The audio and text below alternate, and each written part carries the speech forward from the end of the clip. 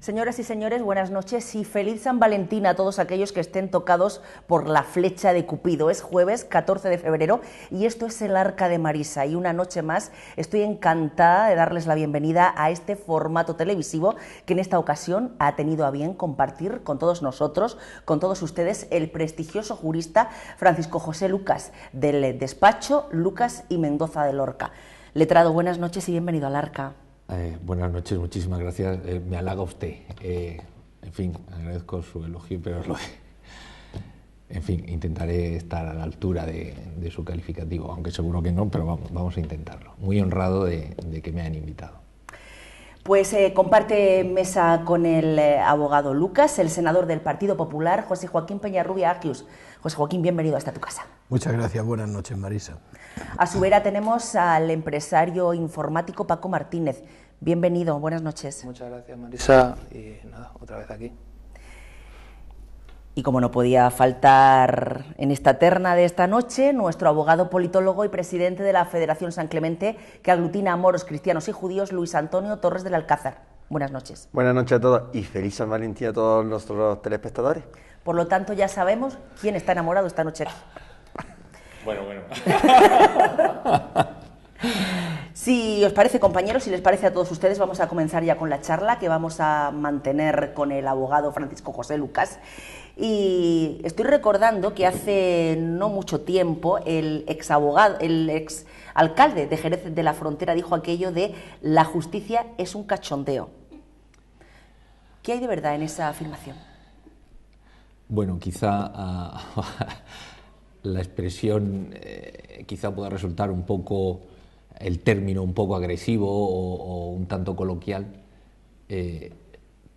Lo que sí es cierto, y además precisamente la última encuesta del CIS, el servicio público peor valorado por los españoles es precisamente la Administración de Justicia. Estamos hablando de unos datos de ayer o antes de ayer.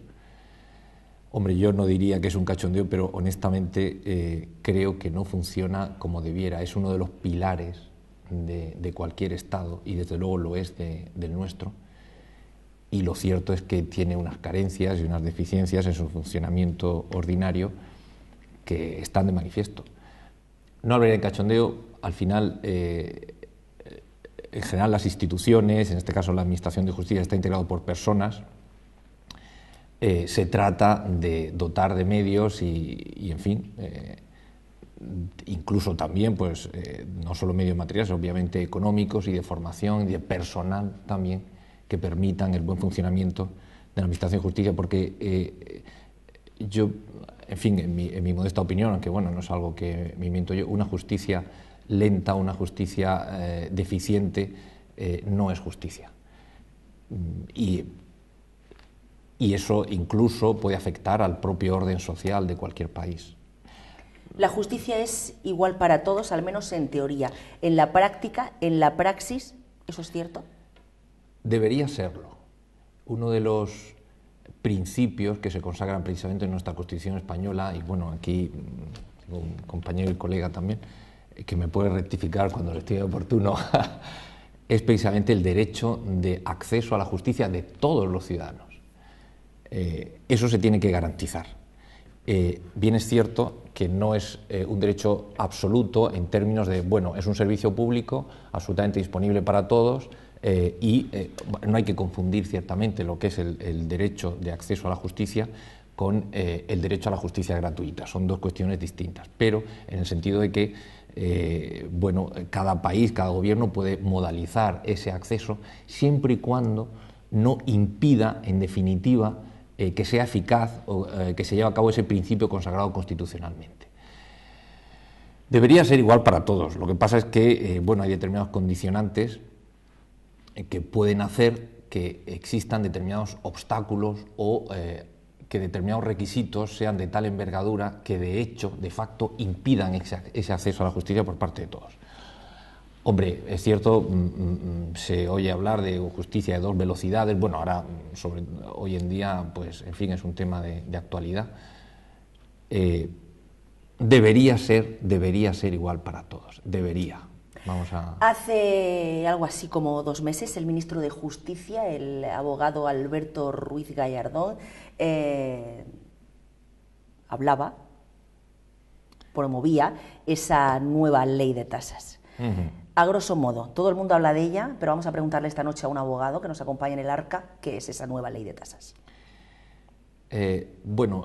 Realmente con esta nueva ley de tasas se pretende, en cierto modo, desjudicializar un poco los conflictos en España, por otra parte financiar también la administración de justicia y, según declaración del ministro, también el atender a financiar también precisamente el turno de oficio, el servicio de justicia gratuita. No es menos cierto, yo por lo menos no sé si atribuírsela a él, pero sí es cierto que esto está publicado, como dicho por él.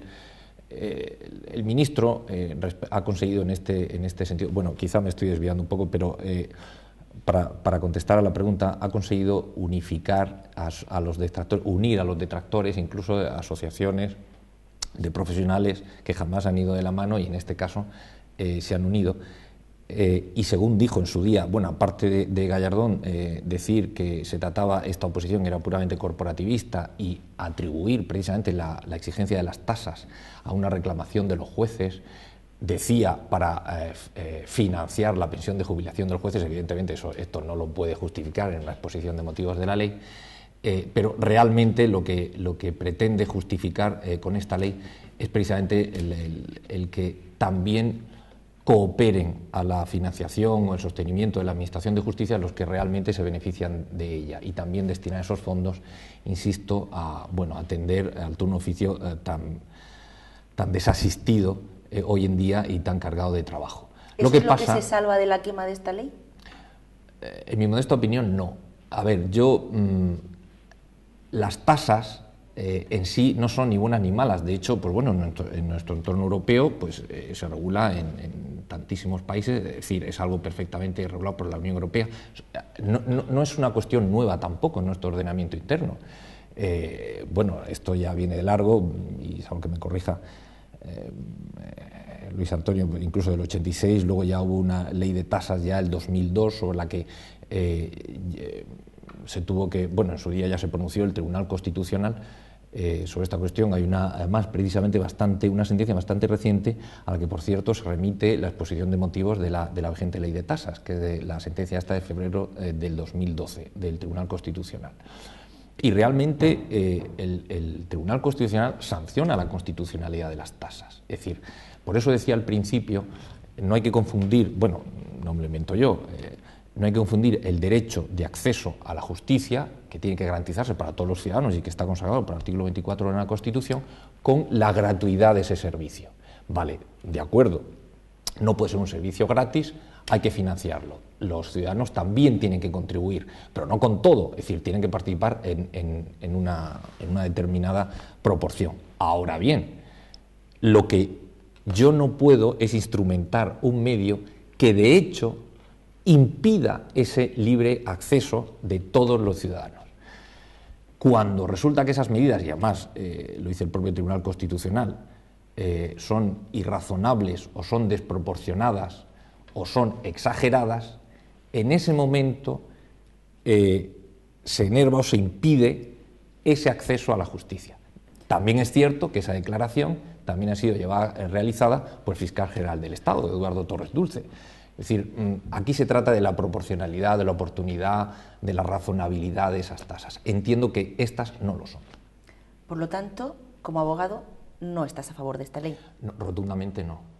Sin embargo, parece ser, según se publicaba en todos los medios de comunicación hace escasamente 2 días, que la defensora del pueblo, Soledad Becerril, ha hablado con el ministro Gallardón para que esa ley de tasas, digamos, se disminuyan esas tasas. Sí, bueno, ya se reclamaba de la defensora del pueblo que presentara, lógicamente, por una cuestión de legitimación activa, plantear el recurso de inconstitucionalidad precisamente contra la ley de tasas, aparte de que por distintos colegios de abogados a los colegiados pues se le insta o promueven para que planteen en sus demandas o en sus escritos de demanda reconvencional, en fin, los escritos que produzcan el hecho imponible, a los jueces que planteen una cuestión de inconstitucionalidad respecto de la vigente ley de tasas. Bueno, pues parece ser que la defensora del pueblo, en lugar de hacer esto, pues ha podido convencer al ministro de Justicia para que, en cierto modo, modalice o atempere la vigente ley de tasas. Lo que pasa que yo, y si algo que esté confundido, pretende hacerlo por la vía del Real Decreto, que por una cuestión de jerarquía normativa no va a modificar la ley, en todo caso va a matizar, a desarrollar en qué aspectos, supongo, pues se atemperarán las circunstancias y entonces, pues, bueno, pues a lo mejor sí es cierto que dijo que se modalizarán a la baja, pero yo soy partidario de que se modificará la propia ley, es decir, se va a hacer por vía de Real Decreto, con lo cual se van a seguir manteniendo los mismos términos de la ley y luego se dirá en qué casos, pues bueno, procederá una modalización, ciertamente, ha dicho a la baja, respecto del pago de las tasas. Bueno, pues vamos a ver. Los jueces de momento ya anuncian manifestación para el próximo día 20. Los abogados, ¿sería una entelequia, una falacia que también se manifestaran alguna vez unidos en contra de algo? La pregunta es muy buena. De hecho, bueno, esta ley, realmente no solo esta ley, esta situación ha conseguido unificar tanto a jueces como a abogados y como a fiscales en contra, no solo ya de la ley de tasas. Hay que advertir que se ha modificado no solamente, se ha aprobado no solo la ley de tasas, también se ha modificado la ley orgánica del Poder Judicial, que ha afectado de manera considerable a determinadas circunstancias en ejercicio de su función y a la carrera judicial, lo cual pues ha molestado también a jueces y fiscales, y en este sentido todos nos hemos unido en contra, nos hemos apoyado. Honestamente, los jueces pues tienen sus motivos, han rebajado sus días personales, ha convertido en una excepcionalidad a los jueces interinos, los jueces sustitutos, con lo cual ha aumentado la carga de trabajo de los jueces. Los gigantes están afectados y al mismo tiempo se aprueba esta ley, con lo cual, como todo afecta... ¿Significa que los abogados pueden tener menos trabajo con esta ley? No es que puedan tener, es que de hecho tienen menos trabajo. El porcentaje, en este caso de demandas, ha bajado, bueno, en general, y de escritos que suponen el hecho imponible de la tasa, pero por una cuestión es que la gente, los ciudadanos, que en el fondo son los que padecen esta circunstancia, porque son los que tienen que pagar la tasa, no olvidemos la tasa, ni la pagan los jueces, ni la pagan los abogados, ni la pagan los procuradores. Los sujetos pasivos, en este caso, son las partes litigantes, en los supuestos en que procede de conformidad con la ley, los que tienen que acreditar el abono de la tasa correspondiente. Hay muchísimos casos en los que, porque este es otro de los defectos de esta ley, realmente la proporción que hay entre lo que yo pretendo conseguir con el litigio y lo que me cuesta la tasa no me compensa. Y además hay otros supuestos en que a lo mejor resulta que lo que puedo conseguir, si es de cierta entidad económica, lo que sucede es que como la tasa no solo tiene una base fija, sino también tiene un porcentaje en función de la cuantía del procedimiento, resulta que hay determinados supuestos en los que prácticamente tengo que endeudarme para poder interponer un recurso o de apelación o de casación. ¿Cuántos abogados aproximadamente hay colegiados en Lorca a día de hoy? Creo recordar, y si no que me corrija mi compañero, que debemos ser sobre los 500 y pico, si no me equivoco. Sobre 500 abogados colegiados en Lorca. ¿Juzgados que hay en Lorca? ¿Cuántos? 7. La pregunta está clara. Si tenemos 500 abogados y tenemos 7 juzgados, tantos malhechores, tantos kinkis, ¿hay en nuestro término municipal por metro cuadrado? No, lo que pasa, esto no es una cuestión, es decir, al margen de que se pueda entender que haya pocos juzgados o que el funcionamiento de los juzgados no sea el óptimo, pero insisto, no es una cuestión puramente local. Yo no entiendo, local. Pero a mí me dicen que en mi pueblo hay 7 juzgados y para mí son demasiados. Yo creo que no, honestamente, porque, es cierto que también la situación actual ha aumentado la conflictividad. En época de bonanza económica, las relaciones negociales entre partes, pues de aquella manera al final salían. No terminaba en conflicto, sino que terminaba solucionando porque, soplaba el viento a favor de todos. cuando es una circunstancia que ha sido extraordinariamente agravada por la situación de crisis actual.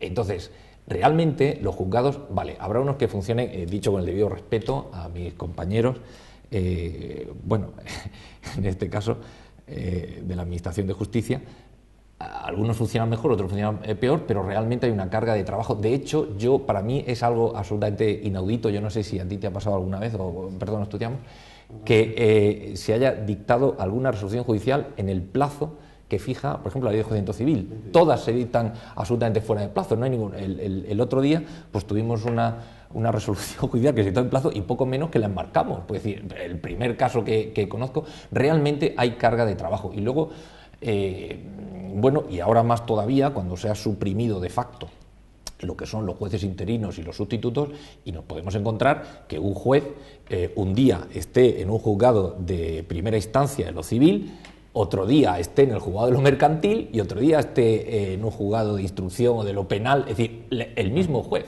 Realmente yo creo que eso supone un deterioro también en ese servicio. Pero bueno, en fin. ¿Se puede hacer uno rico en la Ciudad del Sol, en Lorca, practicando la abogacía? No, vamos, yo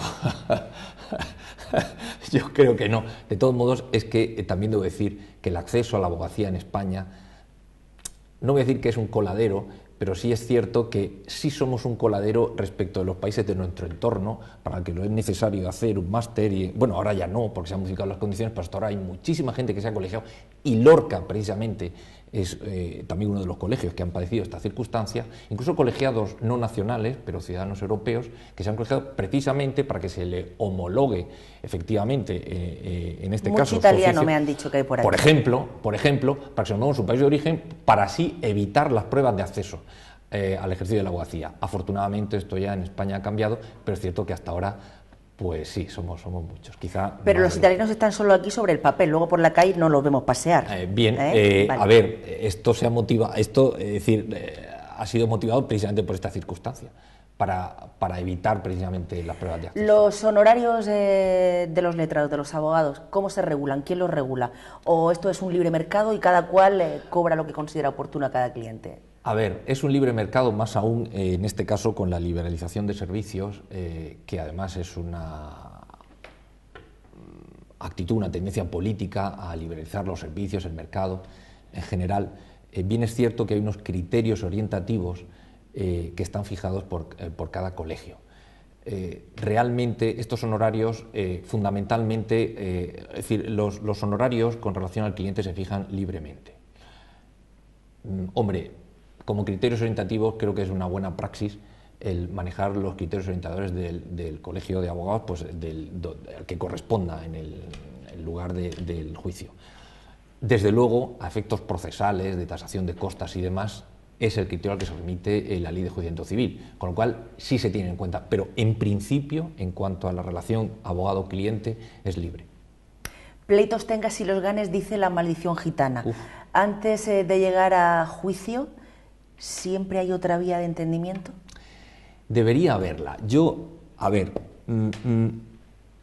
podría entender esta ley de tasas, no, esta no, desde luego, otra, pero si el ministro se queja de la carga de trabajo de la Administración de Justicia, de que parece ser que los ciudadanos españoles nos gusta mucho litigar y que cargamos a los tribunales, nos aprovechamos de ese servicio que nos brinda la Administración, y entonces, pues venga, vamos a financiar, ¿cómo? Pues el que vaya a juicio, que pague, según qué circunstancias. Bueno, ¿por qué no, además de aprobar esta ley, arbitras y promueves otros medios que sirvan también para descargar, es decir, no fundamentalmente, pero también para descargar de trabajo a los juzgados y tribunales de justicia? Es que esos instrumentos existen. Y nosotros en ese sentido llevamos mucho retraso respecto a otros países de nuestro entorno. Es decir, ¿por qué no promueves las instancias arbitrales o, sobre todo actualmente, por qué no promueves los procedimientos de mediación? Que por otra parte, es algo que ya en España, debo decir que en relación con el gobierno anterior, el gobierno de José Luis Rodríguez Zapatero, se pone una ley para el fomento de la educación y de la paz. Bueno, en mi modesta opinión, he enunciado la ley más pretencioso que real, pero, en fin, no sé, estas cosas que se aprueban. Pero uno de los puntos que venía en esa ley era precisamente promover la formación de profesionales en las resoluciones extrajudicial de conflictos y en la mediación. Y hay una directiva de la Unión Europea del año 2008 que tenía un plazo de 2 años para la transposición a nuestro ordenamiento interno, que no se hizo y que precisamente para evitar la sanción, en este caso la Unión Europea, ha motivado la aprobación primero por Real Decreto Ley y luego por ley, la de julio del 2012, la Ley esta de mediación en asuntos civiles y mercantiles, pero que no se hace nada por promover esa figura o esa institución. Va a depender mucho, en ese sentido, de lo que los jueces deriven a estos procedimientos de mediación a las partes. Bien es cierto que voluntario, pero por lo menos que se intente. Es decir, si tú cargas, y más aún en la situación actual, cargas a los ciudadanos con más gastos, con tasas, etcétera, pero no promueves otras alternativas, que las hay, tienes los instrumentos en tu poder, pero eso no lo promueves, claro, es decir, de acuerdo, esto es un sacrificio, pero tienes alternativas, plantéalas, promuévalas. Yo, honestamente, no he visto a la Administración potenciar o fomentar, pero vamos, ni a esta ni a la anterior, precisamente estos procedimientos de solución extrajudicial a los conflictos. Pues bueno. Y letrado, con esa verborrea cálida y fluida, ¿no ha habido ningún juez que le haya dicho, abogado, abrevie?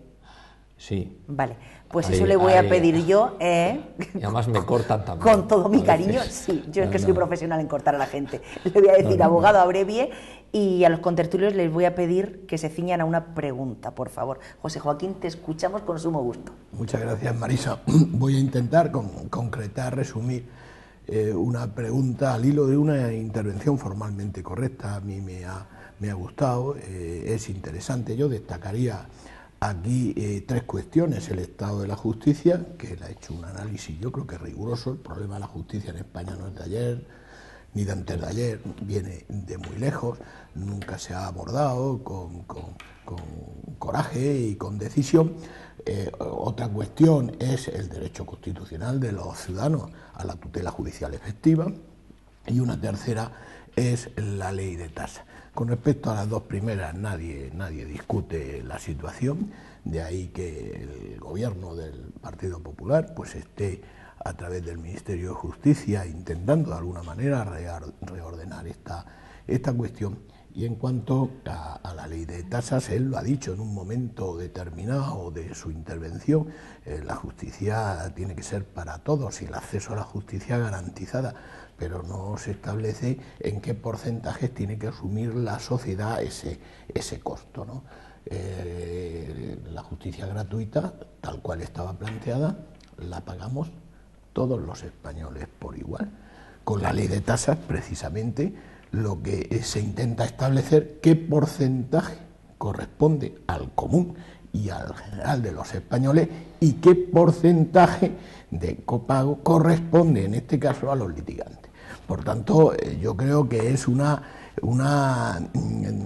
ley oportuna. Otra cosa es la circunstancia y el tiempo en el que ha sido aprobada, pero también tengo que decir que cuando los ciudadanos eligen un gobierno para que dé respuesta a los problemas de la sociedad, no tiene que tener en cuenta circunstancias colaterales, sino tiene que coger el toro por los cuernos y resolver la cuestión. Y lo que se está en este momento, y de ahí la decisión del ministro de modular y de alguna manera atemperar lo que en un principio puede ser la ley de tasas a instancias precisamente de la defensora del pueblo, pues es establecer esos criterios que yo creo que son de equidad y de justicia contributiva. El ciudadano tiene que asumir su parte proporcional, el ciudadano en general, de lo que cuesta una justicia gratuita. Pero los litigantes, quienes utilizan esa justicia, también tendrán que colaborar en la parte que les pueda corresponder. Esa es la cuestión que en este momento se está debatiendo. Y yo no hay pregunta. Si él ha ido ha ido a lo largo de su exposición dejando muy claro estas cuestiones, e incluso ha dicho que lo que discrepa es concretamente de las medidas que contempla la ley de tasas, no de la existencia de una ley de tasas. Vamos entre todos por la vía del mecanismo que determine el Ministerio de Justicia, bien Real Decreto, bien Reglamento, a temperar y hacer o establecer mayor equidad y mayor justicia contributiva en el caso del costo de la Administración de Justicia. Letrado, ¿quiere añadir algo a las palabras del senador Peñarrubia o le damos la palabra a Paco Martínez? Bueno, yo, si se me permite, hombre, no pretendo yo decir, estoy de acuerdo con él, faltaría más. Solo un pequeño detalle, creo que el gobernador, el responsable del gobierno de un país, en general de una administración, el criterio de la oportunidad es también un criterio que debe tener en cuenta. Ratifico absolutamente esos criterios de equidad y de justicia contributiva, porque es así. Las tasas no es algo nuevo, no es algo de ahora, es decir, las tasas han habido aquí. Es un equilibrio muy difícil en tanto en cuanto no impidan ese acceso a la justicia de todos los ciudadanos, las tasas serán admisibles. Se trata de ver, pero es que vivimos en la situación en la que vivimos, se trata de ver si al tiempo en que se aprueba esta ley de tasas, aparte que quizá, pues en lugar de aprobarlo y luego rectificar, pues no sé, a ver, porque yo creo que ha sido aprobado con cierta urgencia o cierta descoordinación dentro de que efectivamente pues las tasas tienen que existir, pero es que también se aprobó la ley de tasas y resulta que cuando entró en vigor la ley resulta que no estaban los modelos precisamente para la presentación de las tasas, porque no se coordinó, no existía, claro que esto es una cuestión del Ministerio de Hacienda y no estaban coordinados, pero es que luego cuando se aprobaron los modelos también, y tuvo que suspenderse temporalmente la entrada en vigor de determinados preceptos, pero es que luego también hasta abril del 2013 tampoco van a estar preparados en este sentido los modelos para la devolución del porcentaje de las tasas correspondientes en los casos en que proceda con la ley de tasas. A ver, vale, esto es una cuestión de quizá o de imagen o de poder hacer las cosas de otra manera. Realmente, es decir, la equidad y la justicia contributiva es fundamental. El problema es que la realidad social lo que acredita es que hay auténticos dramas detrás de cada conflicto. Es muy complicado. Es muy complicado, yo lo admito, aunque yo en ese sentido, esta ley de tasas en concreto, yo dentro de mi humilde opinión, no estoy de acuerdo. En todo lo demás, absolutamente, claro, totalmente de acuerdo con don José Joaquín Peñarrubia. Acercando posiciones en el arca, me gusta. Paco Martínez se ruega brevedad. Digo Paco Martínez se ruega brevedad, pero que en realidad lo traslado también al señor Letrado. No, vale, ya está, ya. No, es cierto. Mis disculpas, mis humildes disculpas, porque efectivamente tiene toda razón. En un país democrático en el que estamos, no se supone que, y así lo has dicho, que la justicia es un pilar básico. Estamos viendo que la justicia, hay cada vez más casos que parece que no es igual para todos. Parece que no es igual para todos. Además, se impone una ley de tasas. ¿Qué camino llevamos en un país democrático? ¿Tú quieres preguntar por Urdangarín directamente? Bueno, yo he preguntado... Lo que has preguntado, sí. Lo que he preguntado. Una pregunta quizá muy global y de mucha profundidad.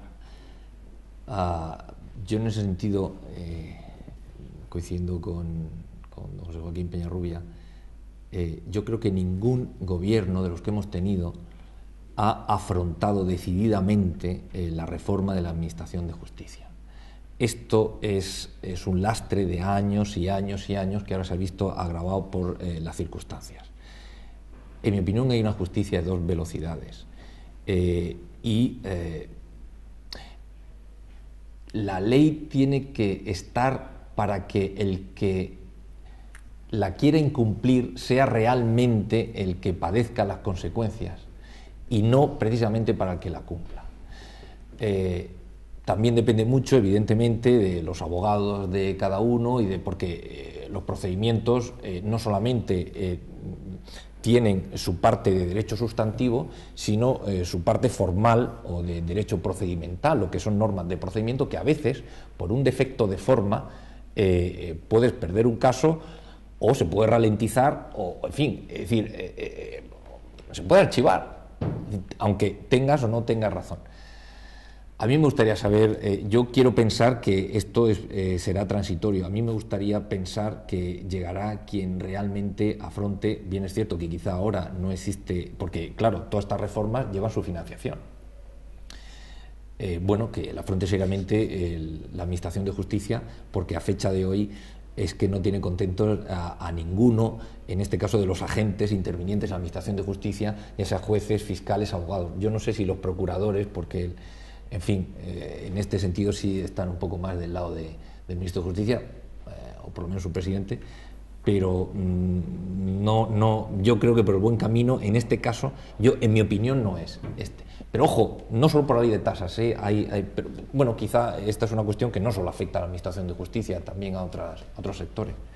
No lo sé, me gustaría contestar a esa pregunta, pero realmente yo tampoco sé hacia dónde vamos.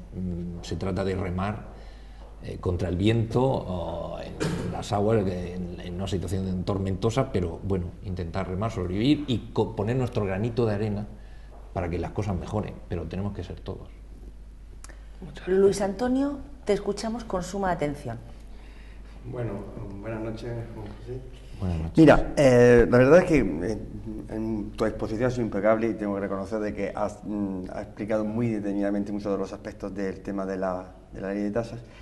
Y yo voy a traer a colación algunas cuestiones al respecto para que los ciudadanos también sepan algo de mi propia experiencia con la aplicación de las tasas, que además es muy reciente, de la semana pasada.